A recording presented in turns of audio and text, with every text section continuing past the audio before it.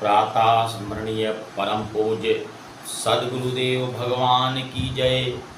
सीताराम भगवान की जय। भक्त हनुमान की जय। सनातन धर्म की जय। सनातन प्रेमियों,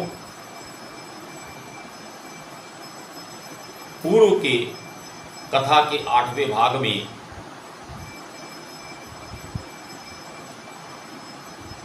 बाबा तुलसी ने 7 श्लोकों का वर्णन किया। प्रथम श्लोक में हमने आपको बताया कि सरस्वती माता गणेश जी का वंदन किया। दूसरे श्लोक में माता भवानी बाबा शिव का वंदन किया। तीसरे श्लोक में जगत गुरु स्वरूप बाबा शिव का वंदन किया। चौथे श्लोक में रामायण के रचयिता वाल्मीकि जी और भक्त हनुमान जी का वंदन किया। सीताराम गुणग्राम पुण्यारण विहारिणो वंदे विशुद्ध विज्ञानो कवीश्वर कपीश्वरो। कवि वाल्मीकि जी और कपीश्वर भक्त हनुमान जी का वंदन किया। 5वें श्लोक में माता सीता का वंदन किया। लक्ष्मी स्वरूपा माता सीता का वंदन किया। 6ठे श्लोक में भगवान राम का वंदन किया। 7वें श्लोक में बाबा तुलसी अपनी बात कहते हैं। नाना पुराण निगमागम सम्मतम यद रामायणे निगदितम कचिदन्यतोऽपि स्वान्तः सुखाय तुलसी रघुनाथ गाथा भाषा निबंध मति मंजूल मातनोति। बाबा कहते हैं कि 18 पुराण, नाना पुराण यानी अनेक पुराण, शास्त्र, वेद और जितने विश्व में रामायण हैं, आपको मालूम है सनातन प्रेमियों, 100 करोड़ रामायण हैं। रामायण शतकोटि अपारा, 100 करोड़ रामायण हैं। इन सभी का सार बाबा तुलसी कहते हैं मानस में एकत्र है। मानस अभिमंत्रित है। मानस की जितनी चौपाई, छंद, दोहा है, सब अभिमंत्रित हैं। इनको पढ़ने से आपको आपके जितनी समस्याएं हैं, इन चौपाइयों का स्मरण करने से सारी समस्याओं का समाधान मानस में है। आप मानस को ध्यान से अगर पढ़िए तो हर समस्याओं का समाधान मानस में है। लेकिन समस्या कैसी है, उस हिसाब से श्रेष्ठ व्यक्तियों से परामर्श कर आपको उन नियमानुसार उन चौपाइयों को पढ़ना चाहिए और आपके दुखों का अंत निश्चित तौर पर मानस में है। हम ये भी बात आपको बता दें कि अगर आपको कोई समस्या है तो इन मानस की चौपाइयों को हम आपको बताएंगे और निश्चित तौर पर गारंटी के साथ कहता हूँ, अगर आप उन चौपाइयों का स्मरण करेंगे तो आपके दुखों का स्वाभाविक रूप में अंत होगा। सनातन प्रेमियों, बाबा तुलसी जिसे बाबा शिव ने ये राममानस लिखाई है, बाबा तुलसी कहते हैं शंभु प्रसाद सुमति हिया हुलसी। शंभु प्रसाद सुमति हिया हुलसी रामचरित मानस कवि तुलसी, रामचरित मानस कवि तुलसी। शंभु प्रसाद यानी शंभु प्रसाद से, शिव की कृपा से बाबा तुलसी के अंतःकरण में, मन में एक भाव उत्पन्न हुआ, प्रेरणा उत्पन्न हुई कि मानस बाबा तुलसी ने लिखी।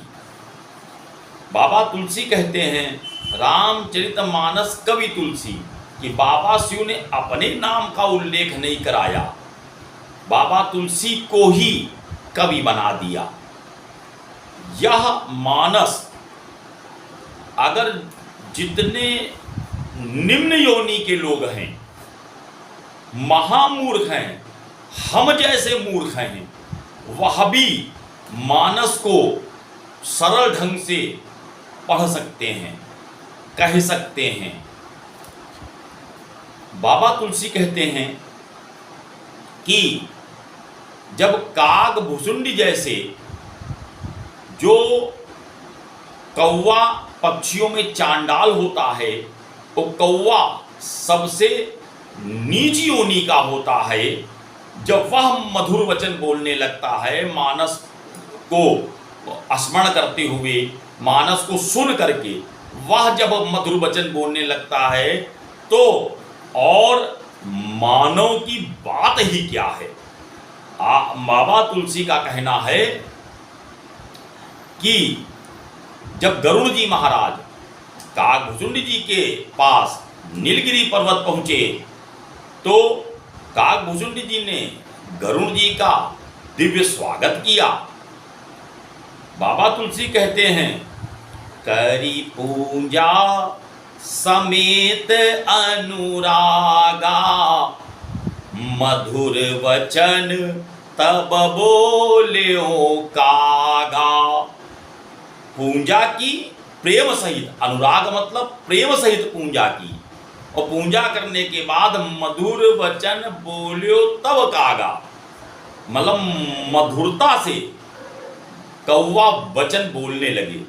अगर लघु योनि का, निम्न योनि का कौवा मानस का स्मरण करके, मानस का पाठ करके जब मधुर वचन बोलने लगता है, जो कौवा की वाणी किसी को पसंद नहीं है, तो मैं दावा कर सकता हूं कि मानस पढ़ने से आपके वचन, आपका भाव भी प्रेम का होगा, और आप भी समाज में प्रेम की गंगा बहाने लगेंगे।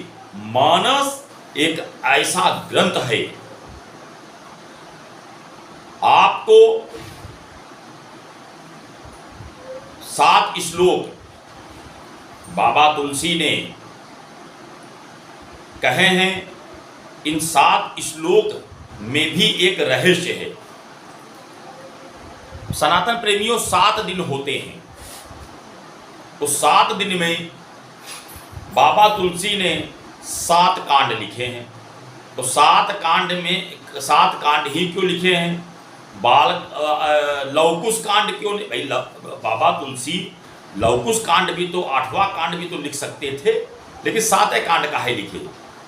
बाल, अयोध्या, आरण किष्किंधा, सुंदर लंका, उत्तरकांड, इन 7 कांड ही बाबा तुलसीदास जी ने लिखे, चूंकि दिन 7 होते हैं।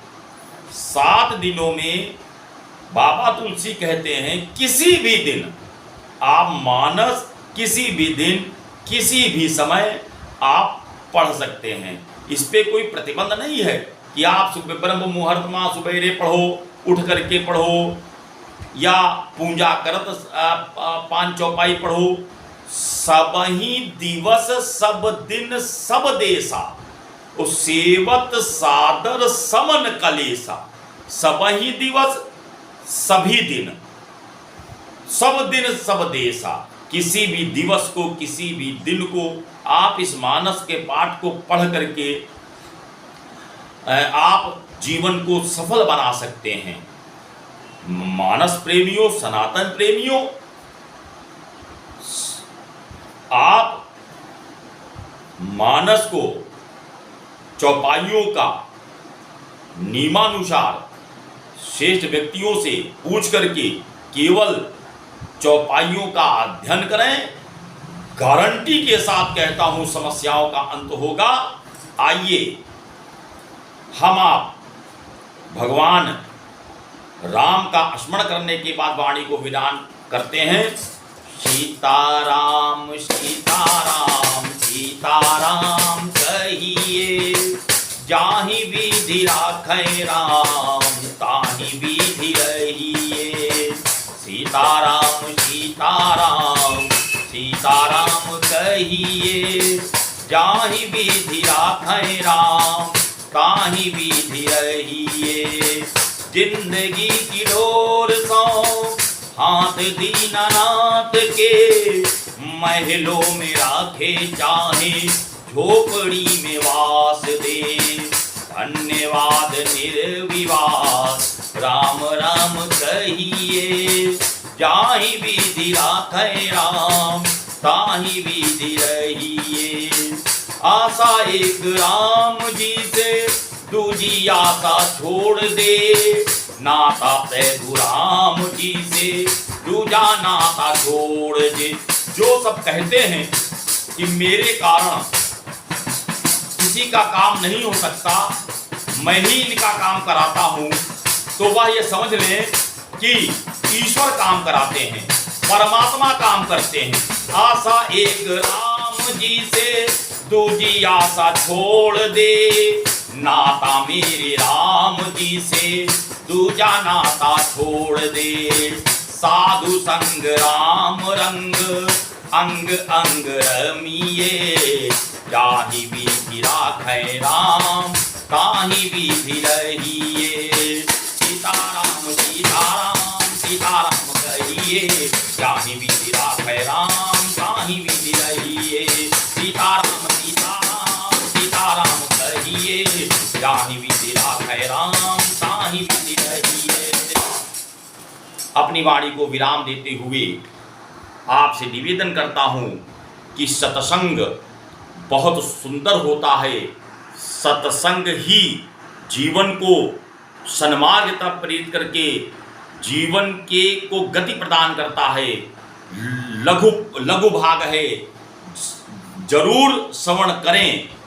प्रभु की इच्छा भी है और भगवान राम ने माता सबरी को जब नव भक्ति का वरदान दिया तो प्रथम सत्संग ही कहा। अगर सत्संग आपके जीवन में है तो नव भक्ति आपके जीवन में समाहित होने से कोई रोक नहीं सकता। बोलो सीताराम भगवान की जय।